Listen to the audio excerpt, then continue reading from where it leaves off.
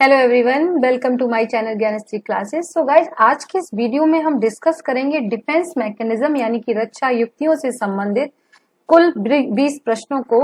ये प्रश्न करने के बाद आपका जो अप्लाइड मोड में आप क्वेश्चंस नहीं कर पाते हैं या आपको लगता है कभी भी कोई व्यवहारिक प्रश्न आता है वो नहीं कर पाते हैं, तो इन एग्जाम्पल्स के सहारे या जो ये एग्जाम्पल्स हैं उन एग्जाम्पल्स को करने के बाद आपकी ये प्रॉब्लम एकदम सॉल्व हो जाएगी। 20 क्वेश्चंस वो क्वेश्चंस हैं जो आपकी डिफेंस मैकेनिज्म की जो आपकी समझ है उसको बहुत ही अच्छा और ज्यादा इंक्रीज करेंगे। तो आइए स्टार्ट करते हैं इन क्वेश्चंस को डिफेंस मैकेनिज्म से संबंधित। तो सबसे पहले सभी लोग जानते हैं कि डिफेंस मैकेनिज्म क्या होती हैं। हम अपने ईगो को मैनेज करने के लिए डिफेंस मैकेनिज्म का यूज करते हैं, या रक्षा की ये वो युक्तियां हैं जिसके द्वारा किसी भी व्यक्ति को अपना जो उसका मन है, साइकिक मन है, उसको मैनेज करने में आसानी होती है। तो पहला क्वेश्चन है गाइस कि यहाँ पे एक बालक है, हैरी पॉटर का एक उपन्यास पढ़ रहा है, तभी उसके साथी आकर कहते हैं कि चलो बहुत ही अच्छी किसी एक्टर की मूवी आई है, तो वो जो स्थिति हो सकती है तो वो बच्चा किसका शिकार हो जाएगा। यानी कि अब वो पढ़ाई कर रहा है, अब उपन्यास पढ़ रहा है या मूवी देखने जाए, दोनों में से उसे चूज करना है, तो इसको बोलते हैं अतः द्वंद्व। यानी कि ये जो रक्षा युक्ति है अतः द्वंद्व की स्थिति हो जाएगी। और दोनों ही हमें उपन्यास भी अच्छा लग रहा है और हमें मूवी भी अच्छी लग रही है, लेकिन हम डिसाइड नहीं कर पा रहे हैं कि हम क्या देखें या क्या पढ़ें, तो इसको हम बोलते हैं अतः द्वंद्व। यानी कि हमारे मन में कॉन्फ्लिक्ट शुरू हो जाएगा और हम यहाँ पे एक कॉन्फ्लिक्ट की स्थिति में आ जाएंगे। दूसरा क्वेश्चन है यहाँ पे कि एक मुक्केबाज के सामने एक ऐसा प्रतिद्वंदी है जिससे लड़कर या तो उसे बुरी तरह से घायल होना पड़ सकता है या हारना पड़ सकता है। यानी कि इधर गिरे तो कुआं और उधर गिरे तो खाई। तो ऐसी स्थिति में वो किसका शिकार होगा? टेंशन का, दबाव का, प्रेशर का, या अतः द्वंद्व का। तो इसको भी हम इंटरम्यूरल या फिर अतः द्वंद्व कह सकते हैं कि या तो उससे लड़ाई लड़ेंगे, दोनों में ही हमारा नुकसान है, तो इसमें क्या हो जाएगा? अतः द्वंद्व शुरू हो जाएगा। अगला क्वेश्चन है, एक अपाहिज लड़का यह कहते हुए सुना जाए कि भगवान ने अच्छा ही किया कि अब इस वजह से इधर उधर घूमने या खेलकूद में समय बेकार नहीं जाएगा और पढ़ने लिखने में सारा समय लगा सकता है। यानी कि उसका वो चल फिर नहीं सकता, वो अपाहिज है, हैंडीकैप्ड है। अब वो कहेगा कि चलो बढ़िया है, ऐसा हो गया तो अगर ठीक होते तो बहुत खेल रहे होते, ऐसा हो जाने से अब मैं आराम से बैठ के पढ़ूंगा। तो इसको हम क्या बोलेंगे? इसको प्रक्षेपण बोलेंगे, मार्गान्तीकरण बोलेंगे, या इसको हम उक्तीकरण या तर्क संगतीकरण करेंगे। तो गाइज इसको बोलते हैं तर्क संगतीकरण या फिर युक्तिकरण। यानी कि हम अपनी प्रॉब्लम को एक लॉजिक द्वारा, युक्ति के द्वारा सही ठहरा रहे हैं, तो इसका जो सही आंसर होगा वो युक्तिकरण होगा। अगला क्वेश्चन है, एक बालक किसी अध्यापक तथा विद्यालय के वातावरण को लेकर कुछ कटु स्मृतियां या तीखे अनुभवों या विद्यालय का नाम तक भूल जाता है, तो समायोजन की ये कौन सी युक्ति है? इसको हम दमन कहते हैं, किसी चीज को दबा देना। अगला क्वेश्चन है, एक मनुष्य वास्तविक व्यापार में असफल हो जाने पर अपने घरों पर बच्चों के व्यापार खिलौनों से खेल समायोजन करता है, तो इसे क्या बोलेंगे? प्रतिगमन बोलेंगे। यानी कि रियलिटी में जब आप फेल हो गए हैं तो घर पे क्या करेंगे कि बच्चों के साथ चलो व्यापार खेलते हैं, बिजनेस, और उसमें हम अपने आप को बहुत ही रिच शो करेंगे। तो इस तरह की रक्षा युक्ति को प्रतिगमन बोलते हैं। अगला देखेंगे क्वेश्चन नंबर 6। एक युवती शादी के बाद जिम्मेदारियां पूरी न करने के कारण माता पिता के पास वापस आ जाती है, तो समायोजन की ये कौन सी युक्ति है? एडजस्टमेंट की या किस तरह की ये रक्षा युक्ति है? प्रतिक्रियाकरण, दमन यानी कि रिएक्शन, या फिर रिप्रेशन, या फिर इसका जो सही आंसर होगा रिग्रेशन। यानी कि जो काम हमसे नहीं हो पाया तो हमने उस काम को बीच में छोड़ दिया, तो इसे बोलते हैं प्रतिगमन या रिग्रेशन। अगला क्वेश्चन है, एक टेनिस खिलाड़ी बार बार अपने बल्ले की तरफ यह संकेत देता है कि उसके ठीक न खेल पाने के कारण यह बेकार बल्ला ही है, तो इसको क्या बोलते हैं? प्रक्षेपण।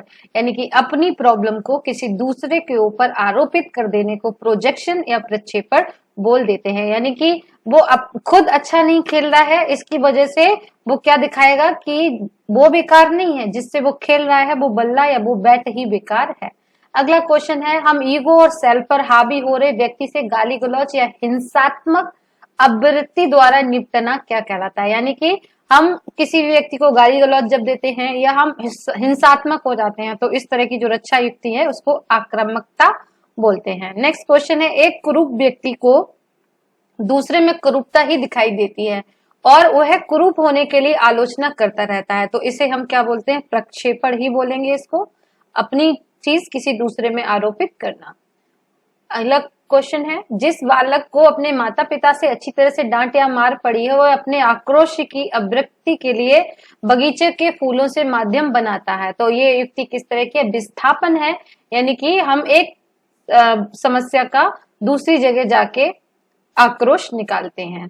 अगला क्वेश्चन है, एक व्यक्ति सपनों की दुनिया में क्रिकेट का सितारा बनकर चौके छक्के लगाता है, वह प्रशंसा लूटता है। इस तरह की जो युक्ति है वो क्या है? इसको हम दिवा स्वप्न बोलते हैं, यानी कि वैसे तो कर नहीं सकते हैं लेकिन सपनों में जाके हम ऐसा करके एक तरीके से दिवा स्वप्न में रहते हैं। अगला क्वेश्चन है, एक व्यक्ति अपने वर्तमान से घबराकर अपने अतीत की दुनिया में खोया खोया रहता है, तो इस तरह की जो रक्षा युक्ति है और उसको हम क्या बोलेंगे? इसको एक झूठा प्रयत्न कह सकते हैं, तो ये भी क्या होगा?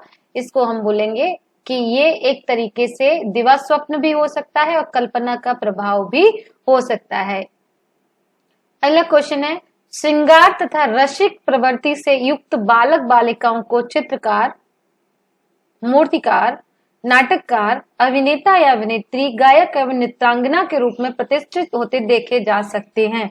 यह किस प्रकार की प्रवृत्ति है? तो इसमें क्या होता है कि हमारे अंदर की जो कुछ ऐसी चीजें हैं जो समाज में जिन पे बैन लगा हुआ है या समाज में जो ज्यादा अच्छी नहीं समझी जाती हैं, तो उसको हम क्या करते हैं कि मार्गांतीकरण या उदात्तीकरण के द्वारा दूसरी जगह पे जाके उसको पूरा कर सकते हैं। क्वेश्चन नंबर नेक्स्ट है, जो विद्यार्थी बहुत अधिक लड़ते झगड़ते हैं, बहादुर तथा निर्भीक होते हैं, उनकी संघर्ष प्रवृत्ति खिलाड़ी, मुक्केबाज, पहलवान तथा दूसरे की मदद करने वाली हो, तो उसे क्या कहा जाएगा? इसे हम मार्गांतीकरण या शोधांतीकरण भी कह सकते हैं। अगला क्वेश्चन है, एक प्रेम में असफल व्यक्ति को जीवन पर खेल कर दूसरों की रक्षा करते, युद्ध में वीरता प्राप्त करते देखा जाए, तो ये किस तरह की युक्ति होगी? ये भी मार्गांतीकरण कह सकते हैं या उदात्तीकरण कह सकते हैं कि एक जगह असफल हो गए लेकिन दूसरी जगह जाके हमने उस चीज को पॉजिटिवली क्या किया? चेंज कर दिया। नेक्स्ट क्वेश्चन है, एक व्यक्ति जो कर्ज अदायगी को लेके बहुत ही तनावग्रस्त है, टेंशन में रहता है कि कैसे किसी का पैसा दें, तो वह अपने आप को दिवालिया घोषित कर देता है और तनाव से मुक्ति पा लेता है, तो इसे इस तरह की जो प्रवृत्तिवादी है पलायनवादी है। जैसे नीरव मोदी को आपको पता है कि उन्होंने कर्ज नहीं दिया और अपने आप को दिवालिया घोषित करके विदेश चले गए, तो पलायन कर गए। तो इससे आप क्या कर सकते हैं? इस पॉइंट से इसको मैच करके याद रख सकते हैं। नेक्स्ट क्वेश्चन है, यदि किसी व्यक्ति को साक्षात्कार की बात परेशान कर रही हो तो साक्षात्कार से मुंह मोड़ लेना क्या है? इसको हम बोलते हैं पलायनवादी, यानी कि बहुत टेंशन है कि इंटरव्यू में क्या पूछा जाएगा, तो इंटरव्यू नहीं देने से हम क्या कह सकते हैं कि हमने ईगो को सेटिस्फाई कर लिया कि ठीक है, अगर हो सकता है इंटरव्यू देने जाते तो सिलेक्शन हो जाता, लेकिन हमने इंटरव्यू दिया ही नहीं तो हमने पलायन कर लिया। अगला क्वेश्चन है, एक व्यक्ति नौकरी में सफल नहीं हो पाता है तो ये कहेगा कि इस नौकरी में रखा ही क्या था, तो इसी को हम औचित्य स्थापन या इसी को हम बोल सकते हैं युक्तिकरण, यानी कि हमने अपनी चीजों को सही लॉजिक के द्वारा प्रूव कर दिया। अगला नेक्स्ट क्वेश्चन है, एक व्यक्ति बैंक क्लर्क में है और प्रमोशन ना मिलने पर कहता है कि अच्छा है मैनेजर बनकर तो मैं फंस ही जाता, तो इसे भी औचित्य स्थापन या ये सबसे ज्यादा पूछी जाती है। आप देखेंगे कि औचित्य स्थापन या प्रक्षेपण जो है वो बार बार पूछी जाएंगी, तो औचित्य स्थापन या इसी को हम बोलते हैं। दूसरा भी इसके लिए एक शब्द आता है, तो हमने क्या किया कि लॉजिक के द्वारा अपने औचित्य को स्थान दे दिया, यानी कि युक्तिकरण या औचित्य स्थापन, लॉजिकली सही प्रूव करना खुद को। अगला लास्ट क्वेश्चन है, भग्नाशय या कुंठा का सबसे बड़ा आंतरिक कारण क्या है? तो मानसिक संघर्ष जो होते हैं वो सबसे बड़ा कारण होता है कि जब भी हमें कुंठा होती है, हम मानसिक संघर्ष से जब ग्रस्त होते हैं, हमारा मेंटल आपस में कॉन्फ्लिक्ट चलते रहते हैं हमारे मन में, तो हमारे मन में धीरे धीरे कुंठा आने लगती है। तो ये थे गाइस कुछ क्वेश्चंस, तो प्लीज जरूर बताएं कि ये आपको कैसे लगे। इस तरह की सीरीज में आपके लिए लेते आती रहूंगी जो बहुत ही इंपॉर्टेंट चीजों के आपके सारे सॉल्यूशन दे देगी।